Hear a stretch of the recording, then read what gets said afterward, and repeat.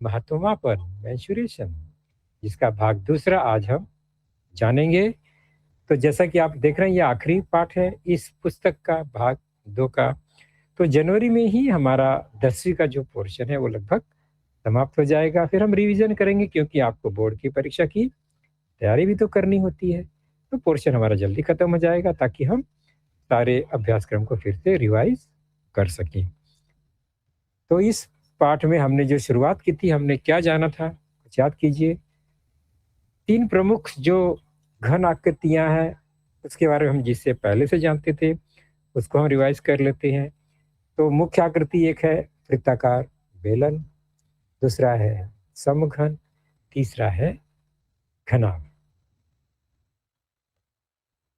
जैसा कि जानते हैं, कोई भी त्रिआयामी आकृति, थ्री डायमेंशनल शेप या घन आकृति जो है वो अवकाश में, यानी खोखली है तो अवकाश में कोई ना कोई जगह घेरती है, ठोस है तो भी कोई ना कोई जगह घेरती ही है। तो इस तरह से घन आकृतियों में जगह घेरने का एक अपना गुण होता है।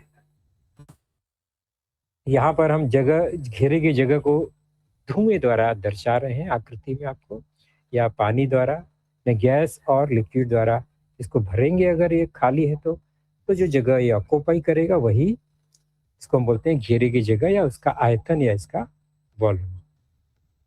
तो घन आकृति का अपना एक वॉल्यूम होता है।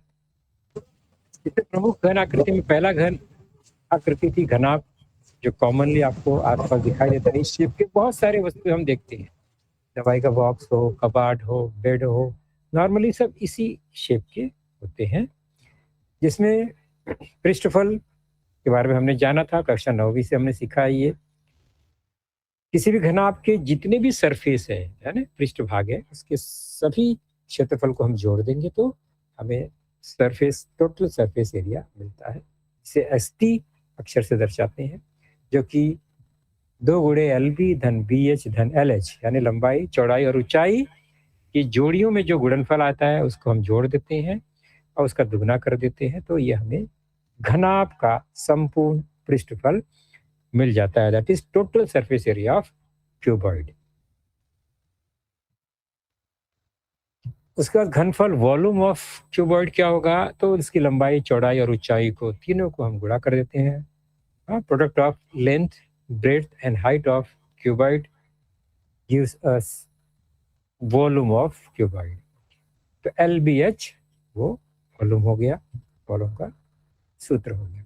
दूसरी आकृति है घन या समघन, जिसे हम क्यूब कहते हैं, जिसका सारा पृष्ठ जो है वो वर्ग आकार का होता है, और इसके पहले जो घनाभ था उसका सारा पृष्ठ जो है वो आयताकार होता है। तो इसमें सारी लंबाइयां, यानी कोर या भुजाओं की लंबाई हम कहेंगे एक ही होती है, सेम होती है। अगर वो L होगा तो संपूर्ण पृष्ठफल क्या हो जाएगा, 6L²। एक पृष्ठभाग का क्षेत्रफल, भुजा का वर्ग L², सारे के सारे 6 पृष्ठभागों का क्षेत्रफल L6L², जिसे हम कहते हैं संपूर्ण पृष्ठफल, क्योंकि वो पृष्ठभाग है। ओके। तो घनफल क्या हो गया, लंबाई, चौड़ाई, ऊंचाई, तो सब तीनों L है, इसलिए वो L³ हो जाएगा। Therefore, volume of a cube is equal to side cube or 4 cube।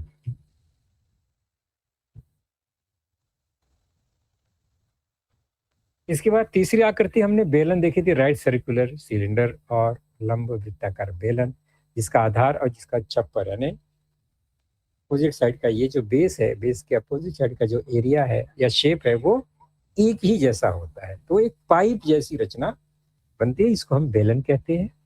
वृत्त आधार है इसका, इसलिए इसका नाम है राइट सर्कुलर सिलेंडर। ओके, लंब वृत्ताकार बेलन, क्योंकि उसका बेस जो है सर्कल है, इसलिए सर्कुलर सिलेंडर हो गया। उसका बेस अगर स्क्वायर होगा तो फिर वो क्या हो जाएगा, वो अलग पाइप हो जाएगा, जिसको हम बोलते हैं क्यूबॉइड। ओके, क्यूबॉइड का शेप हो सकता है, और फिर अगर वो सारा क्यूब है तो वो क्यूब के शेप का हो सकता है। वो दोनों भी एक पाइप ही है।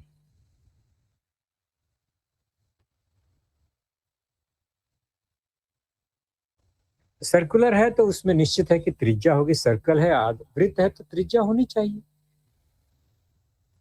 और पाइप है तो उसकी ऊंचाई यानी लंबाई भी होनी चाहिए। और इसमें हम देखेंगे क्योंकि वृत्त है तो वृत्त कोई सरल कोई आकृति तो है नहीं, सीधी लंबाई चौड़ाई वाली आकृति तो है नहीं ये, तो ये वृत्ताकार यानी वक्र आकृति है। तो इसमें दो पृष्ठफल मिलेंगे हमें, एक तो वक्र पृष्ठफल जो कि घुमावदार है और एक वृत्ताकार पृष्ठफल जो कि नीचे और ऊपर दो वृत्त है। तो दो पृष्ठफल मिलेंगे, दोनों का अलग हम निकालेंगे। वक्र पृष्ठफल बराबर 2πr इंटू की ऊंचाई h, 2πr h हो गया।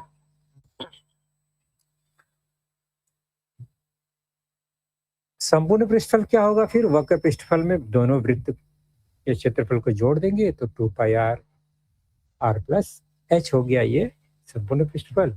और घनफल के लिए किसी भी पाइप का घनफल जो होता है उसके एक आधार का क्षेत्रफल गुणे उसकी पूरी ऊंचाई, उस आधार पे बनी ऊंचाई। तो क्षेत्रफल πr स्क्वायर और उसकी ऊंचाई h, πr स्क्वायर h हो गया ये लंब वृत्ताकार बेलन का घनफल। इनके अलावा जो मुख्य आकृति है कक्षा 10वीं में ज्यादा इसका अध्ययन करना है वह है गोला, उसके बाद है शंकु, कोण, उसके बाद है फ्रस्टम, शंकु छेद जिसे कहा जाता है। शंकु क्या होता है ये भी हमने थोड़ा सा इसकी चर्चा की थी। देख रहे हैं इसका आधार जो है वो क्या है, एक शेप है। किसी भी कोण का जो है ना ये, या पिरामिड जिसे हम कहते हैं, उसमें उसकी आकृति की खासियत क्या होता है, उसका एक बेस तो होता है लेकिन उसका जो छत है वो धीरे धीरे नैरो होता जाता है और ऊपर जाकर केवल एक पॉइंट रह जाता है, कोन जैसा बन जाता है, या उल्टा कोन हम कहें, या सर्कस का एक तंबू जो हम बनाते हैं, या जोकर की टोपी हम जब बनाते हैं तो उसका नीचे तो ओपन एरिया होता है जो कि सर्कल की शेप में होता है और ऊपर जाके वो क्या होता है, वो नैरो होते होते एक पॉइंट पर वो सभी वो सरफेस जाके ज्वाइंट हो जाते हैं। तो इसको हम पिरामिड, और सर्कल है तो कोन कहते हैं, राइट सर्कुलर कोन। तो सर्कुलर कोन में निश्चित है कि तिरछी एक ऊंचाई होती है, का आधार सर्कुलर होता है तो उसमें त्रिज्या होगी। त्रिज्या वृत्त के केंद्र से जो वो बिंदु है सेंटर वाला उसको हम कोण की ऊंचाई कहेंगे क्योंकि वह 90 अंश पर लंब होगा। तिरछी ऊंचाई को एल अक्षर से दर्शाएंगे, स्लैंट हाइट। इस हिसाब से एक त्रिभुज की रचना होती है, इस आकृति में दिखाई दे रही है। इस त्रिभुज की रचना से हम एल की लंबाई निकाल सकते हैं पाइथागोरस के द्वारा। त्रिज्या आर, ऊंचाई एच और तिरछी ऊंचाई को हम एल अक्षर से दर्शाते हैं। इसी आधार पर हम फिर फॉर्मूलास बनाते हैं। एल स्क्वायर के लिए पाइथागोरस का प्रमेय करते हुए हम एच स्क्वायर धन आर स्क्वायर कर लेंगे और फिर एल का मान निकाल लेंगे, इसका वर्गमूल निकाल कर। तो एच और आर यानी आधार की त्रिज्या और उसकी ऊंचाई से हम एल का मान निकाल सकते हैं। तो एल बराबर हो गया एच स्क्वायर धन आर स्क्वायर का योगफल का वर्गमूल।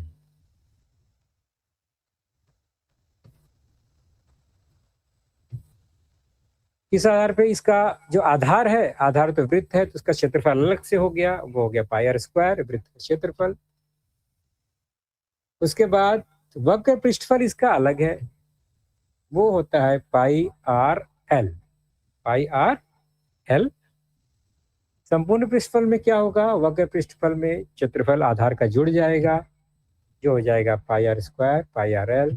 कॉमन निकालेंगे पाई आर को अगर तो आर प्लस एल और एल प्लस आर लिख सकते हैं, पाई आर गुणे आर प्लस एल। घनफल क्या होगा, तो घनफल इसका हो जाएगा 1/3 पाई आर स्क्वायर एच। मतलब इसी आकार के बेलन, बेलन मतलब जो हमने देखा था अभी, राइट सर्कुलर सिलेंडर, जिसका आधार इसी वृत्त के माप का हो और ऊंचाई भी इतनी हो, तो उसमें और इसके आयतन में तिगुने का फर्क होता है, 3 गुने का, यानी कोण का 3 गुना उस बेलन के घनफल के बराबर होगा। या हम कहेंगे कोण का घनफल उस बेलन के घनफल का 1/3 होगा, 1/3 होगा, इसलिए 1/3 पाई आर स्क्वायर एच कहा जाता है। प्रैक्टिकली आपको चेक करना है तो सेम बेस वाले वृत्त या सर्कल का एक कोण बनाइए, ऊंचाई भी उतनी रखिए जो भी रखना है, कोण बनाकर उसमें हम पानी भरकर उसी आकार का एक बेलन बनाएंगे। उसमें अगर हम पानी इस माप से उस माप में डालेंगे बेलन में, तो 3 बार में वो बेलन जो है पूरा पूरा भर जाएगा। ओके, तो उस हिसाब से हमें पता चलता है कि जो कोण है वो 1/3 होता है किसी भी वृत्ताकार बेलन का। शर्त क्या है कि बेलन हो चाहे कोण हो, उसका आधार की त्रिज्या और उसकी ऊंचाई समान हो। तो इस तरह से ये 3 प्रमुख सूत्र राइट सर्कुलर कोण के संदर्भ में मिलते हैं, वक्र पृष्ठफल, संपूर्ण पृष्ठफल और घनफल। प्रश्न संग्रह का प्रश्न ध्यान से देखेंगे। अभी एक परीक्षा में तो प्रश्न ही आएंगे इस तरह से। किसी शंकु के आधार की त्रिज्या 1.5 सेंटीमीटर तथा लंब ऊंचाई 5 सेंटीमीटर हो तो शंकु का घनफल ज्ञात कीजिए। सबसे पहले क्या देखना होता है, पहले तो हमें ये जानना पड़ेगा कि आकार कौन सा है। तो आकार तो यहाँ पहले ही शंकु कह दिया। फिर हमें पता होना चाहिए कि शंकु का आकार कैसा होता है। तो हमने जाना कि शंकु का आकार में आधार वृत्ताकार होगा और ऊपर जाकर एक बिंदु होगा। फिर हमें ये पता होना चाहिए कि इसमें जो जानकारी दी गई है कौन सी लंबाई दी गई है।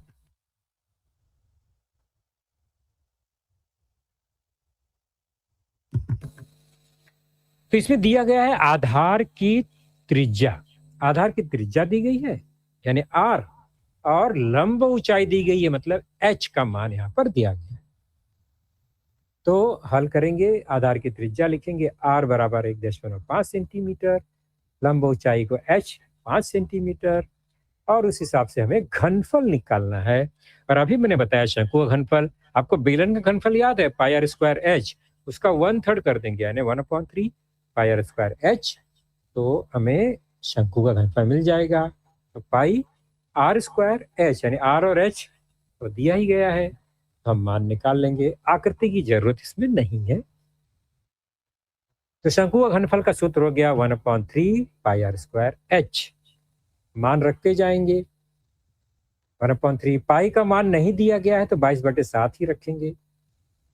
फिर आर और एच का मान जैसा कि दिया गया है प्रश्न में वही लिख देंगे, 1/3 इंटू 22/7 इंटू 1.5 स्क्वायर इंटू 5। इकाइयां चेक कर लेंगे, दोनों ऊंचाई या लंबाई की इकाई सेंटीमीटर में है तो कोई दिक्कत नहीं। अगर एक मीटर सेंटीमीटर में हो तो हमें क्या करना होगा, उनकी इकाइयों को समान करना होगा, बनाना होगा। अब इसको सरल रूप दे देंगे, जैसा भी आप काट सकते हो। 3 से मैं 1.5 को काट दूंगा, 0.5 मिलेगा। उसके बाद जो बच गया उसको हम गुणा के रूप में लिखकर बटे 7 कर देंगे। फिर 7 से भाग देंगे, चूंकि ये अपरिमेय संख्या आएगी, 7 से पूरा पूरा भाग जाने के चांसेस तो कम ही है, तो आएगा 11.7857। इस तरह से लगभग मान हुआ इसका। सरल रूप करेंगे इसको 2 अंकों तक, दशमलव के 2 अंकों तक, हम इसको राउंड अप करेंगे तो 11.79 11.79 घन सेंटीमीटर, ये इस शंकु का घनफल होगा। ओके, तो ये एक सूत्र है, सूत्र के हिसाब से हमें मान रखना है। और फिर गुणा भाग करके जो भी मान आए, अप्रोक्सीमेट भी आ सकता है, एग्जैक्ट हमेशा पूरा पूरा भाग तो नहीं जाएगा, अप्रोक्सीमेट जो भी आएगा दशमलव के 2 अंकों तक हमें इसको लिखना ही है।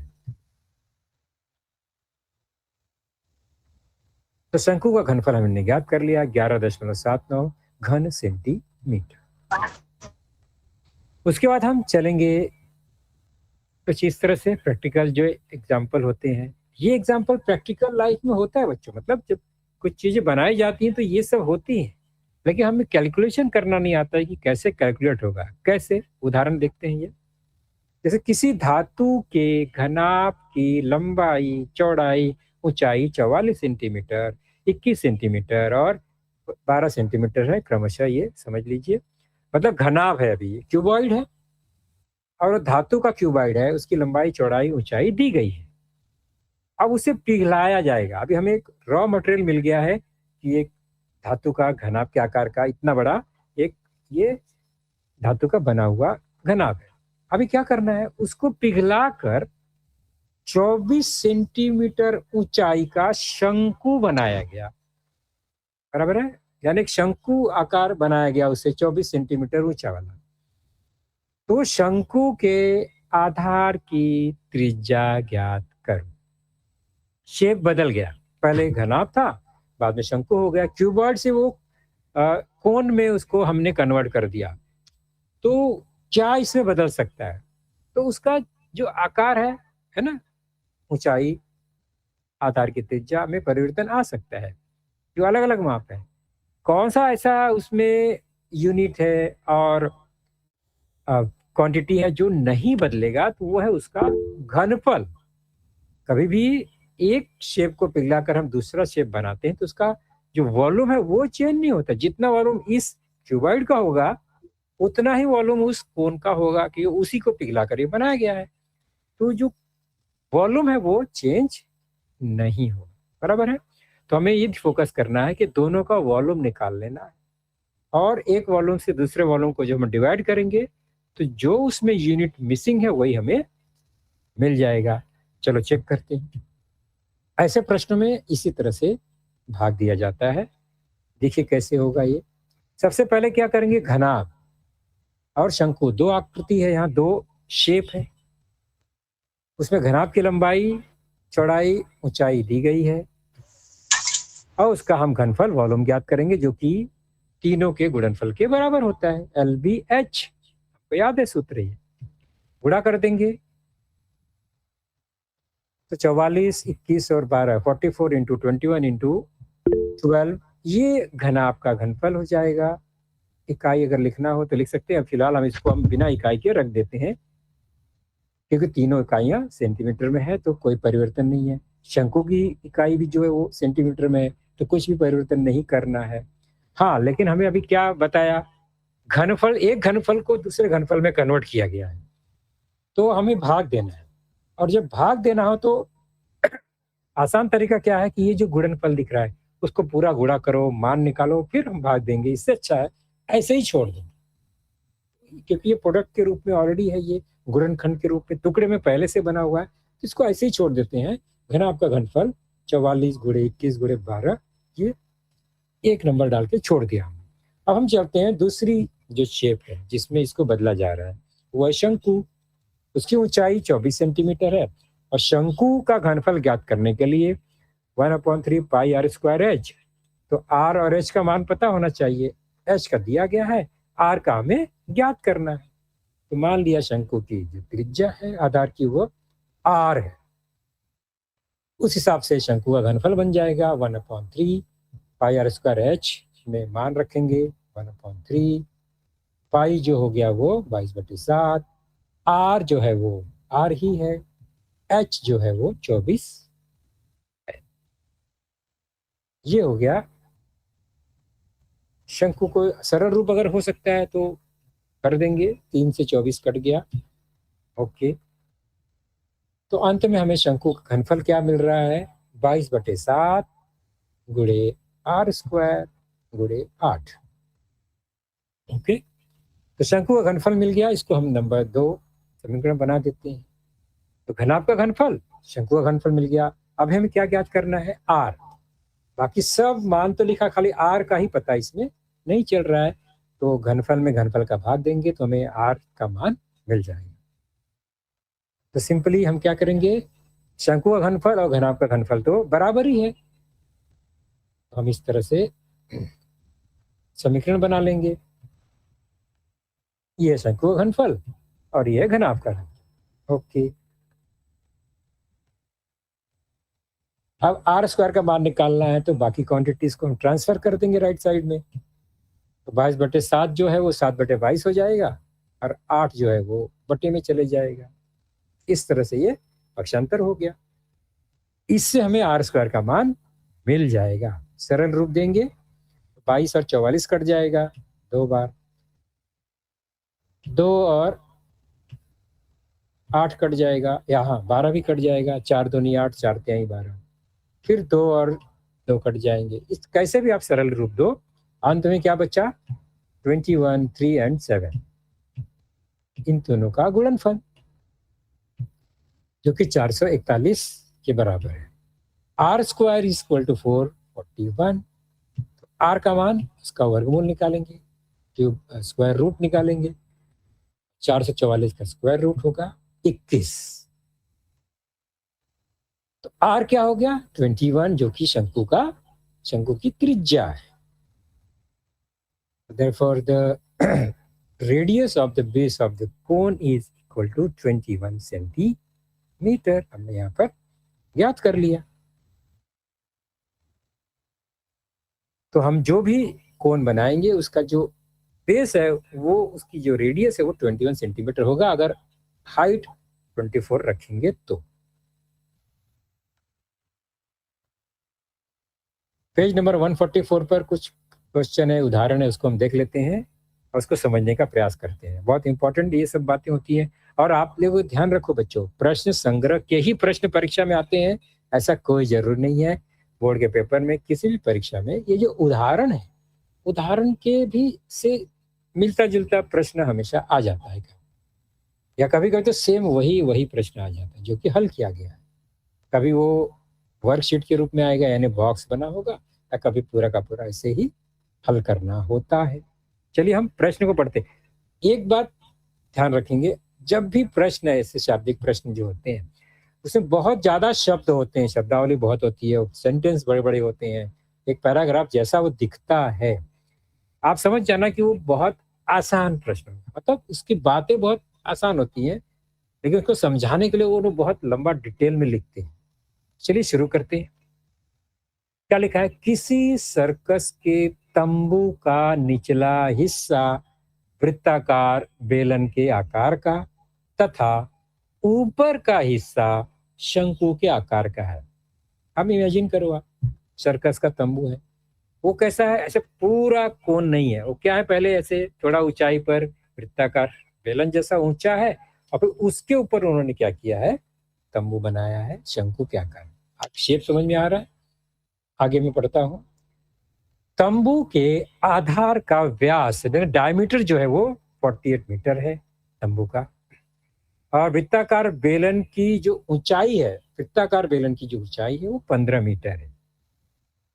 तंबू की कुल ऊंचाई, यानी जमीन से लेकर एकदम ऊंचाई तक, शंकु के एंड पॉइंट तक, कुल ऊंचाई जो है 33 मीटर है, 33 मीटर। तो तंबू बनाने में लगने वाले कपड़े का क्षेत्रफल तथा तंबू में स्थित हवा का घनफल ज्ञात कीजिए, है ना। अब जैसे तंबू बनाना है कहीं पर सर्कस का, कितना कपड़ा लगेगा, कैसे पता चलेगा, तो ये सब चीजें होती हैं। तो हम जो ये महत्वपूर्ण मेंसुरेशन पार्ट पढ़ते हैं ना, कैलकुलेशन सीखते हैं, वो उनका दैनिक जीवन में ये उपयोग होता है। आपके घर में आंगन है, जगह है, वहां तंबू लगाना है या टेंट बांधना है, कितना कपड़ा लगेगा, कितना ऊंचा, ये सब कैलकुलेशन कैसे होगा? तो जब मेजरमेंट लेते हैं उसके बाद ये हिसाब करते हैं, घनफल का, संपूर्ण पृष्ठफल का हिसाब किताब करके ही फिर हमें पता चलता है कि कितना कपड़ा लगेगा। फिर उस कपड़े के भाव से हमें पता चलेगा कि बनाने में खर्च कितना आएगा। ओके, स्टार्ट करते हैं। पहले आकृति बना लेते हैं ताकि हमें समझ में आए। देखिए, पहले कहा गया है कि सर्कस के तंबू का एक हिस्सा जो है वृत्ताकार बेलन है, जो मैंने बना दिया। उसमें क्या माप दिया गया है वो भी देख लेते हैं, और फिर उसके ऊपर शंकु बनाया गया है, यानी कोन बनाया गया है।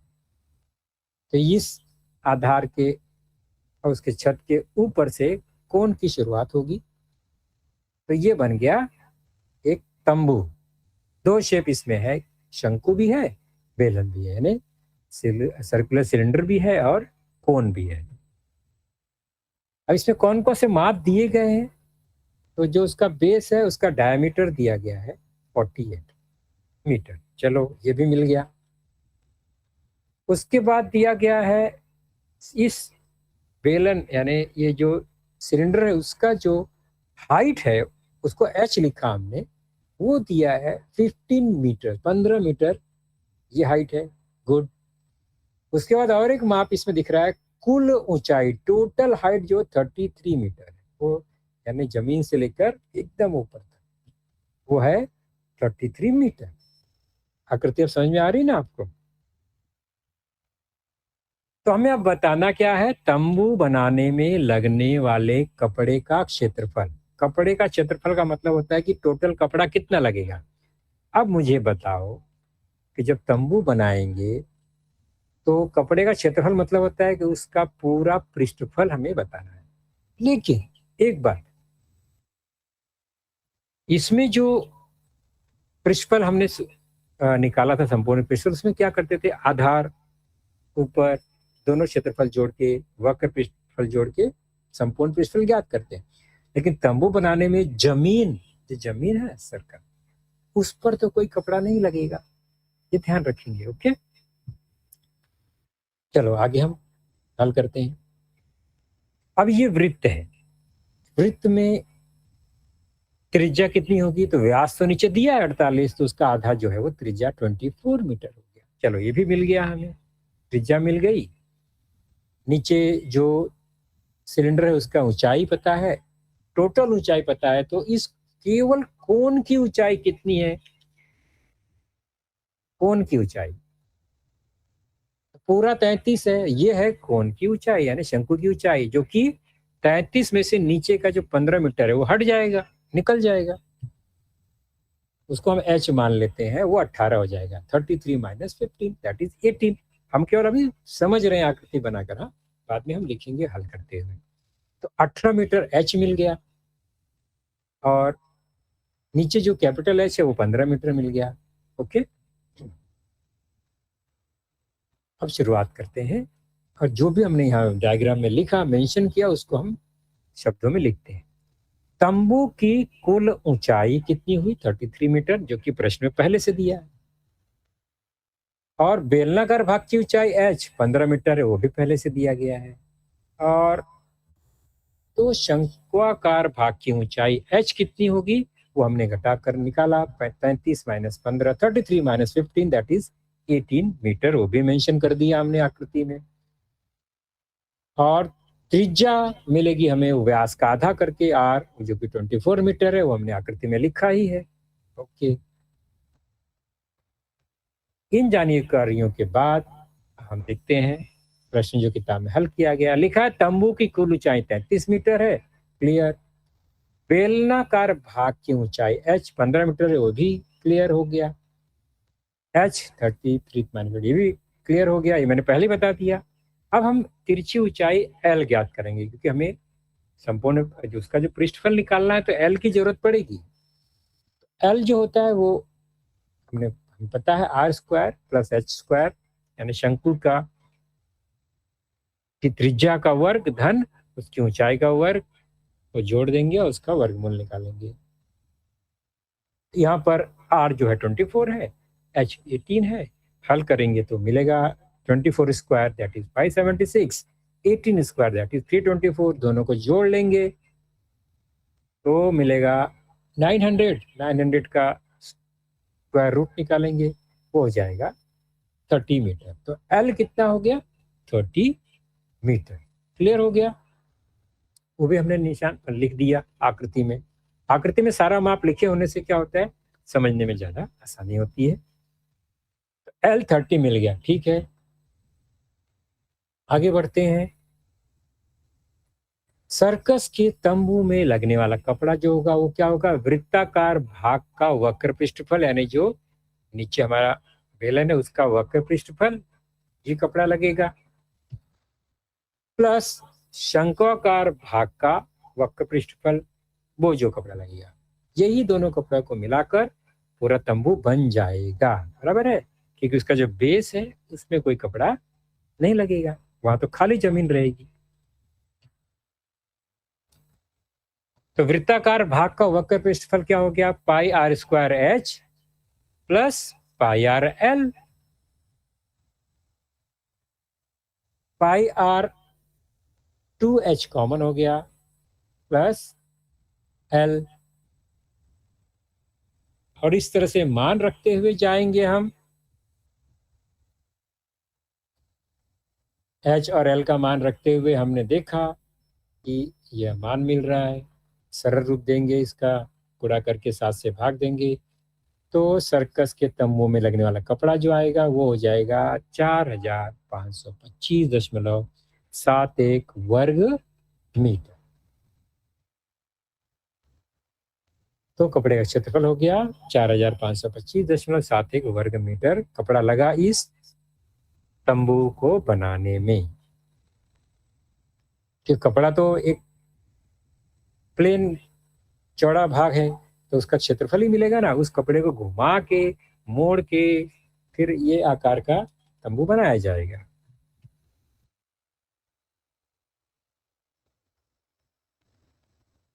अब लिखा है तंबू में स्थित हवा का घनफल। घनफल मतलब वॉल्यूम ज्ञात करना है और पूरा वॉल्यूम ज्ञात करना है। शंकु का वॉल्यूम और उस बेलन का जो वॉल्यूम है दोनों को वॉल्यूम मिला देंगे तो टोटल वॉल्यूम मिल गया। आसान बात है ये तो वृत्ताकार भाग का घनफल यानी जो बेलन है प्लस शंकु का घनफल pi r square h plus 1/3 pi r square h. दोनों का एच अलग अलग है, ध्यान रखेंगे। पाई आर स्क्वायर दोनों में कॉमन है, एच और 1/3 एच कोष्टक में आ गया। मान रखेंगे, पाई का मान, आर का मान, एच का मान सब रख दिया हमने। इस तरह से ये संख्या मिलती है और गुणा करके भाग देके जो भी संख्या मिलनी है वो हो गया 38,016 घन मीटर। तो तंबू में स्थित हवा का घनफल जो है, वॉल्यूम जो है उस तंबू के अंदर कितना वॉल्यूम है यानी कितनी खाली जगह है, वो है 38,016 घन मीटर। आ गया समझ में किस तरह से ये हमने शंकु एक दैनिक जीवन का उदाहरण देखा और उससे संबंधित गणितीय हल हमने निकाला।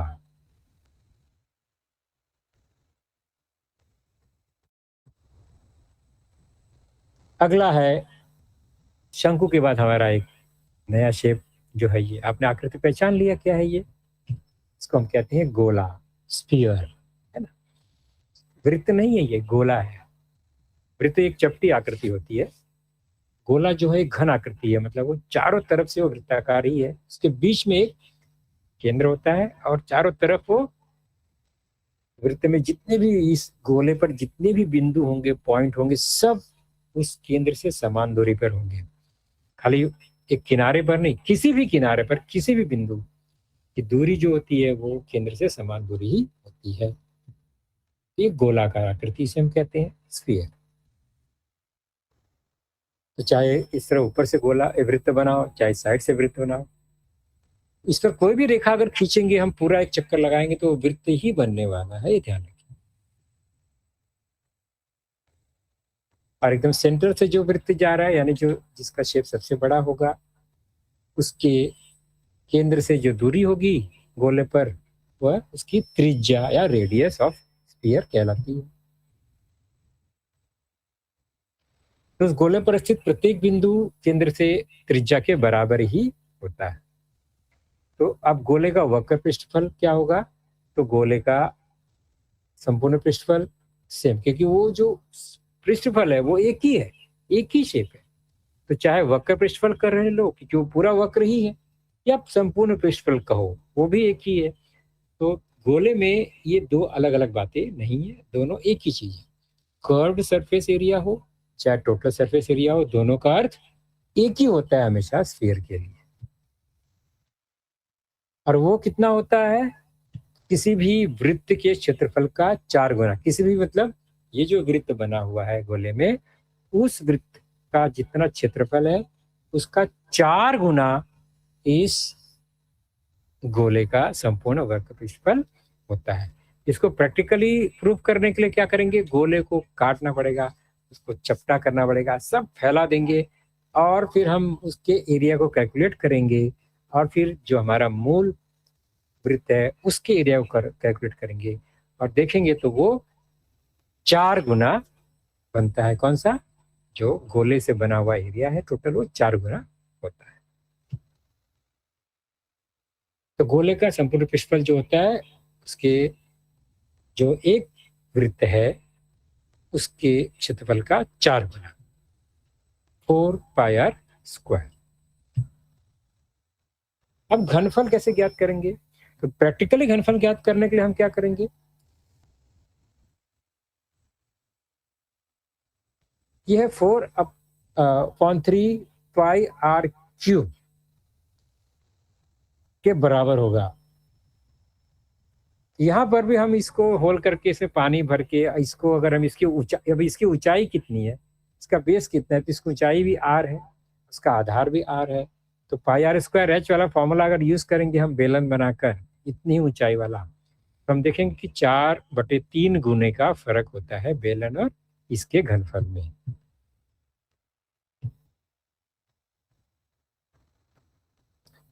तो सीधे सीधे हम लिखेंगे इसका पृष्ठफल का सूत्र 4 पाई आर स्क्वायर और गोले का घनफल volume of sphere is equal to 4/3 pi r cube.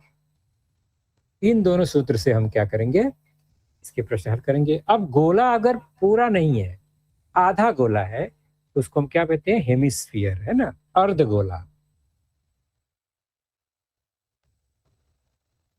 तो अर्ध गोला में भी त्रिज्या आर ही है, केवल क्या है, अर्धगोले की जो पूरी ऊंचाई है वो आर ही होगी, नीचे आर ऊपर आर नहीं। ओके,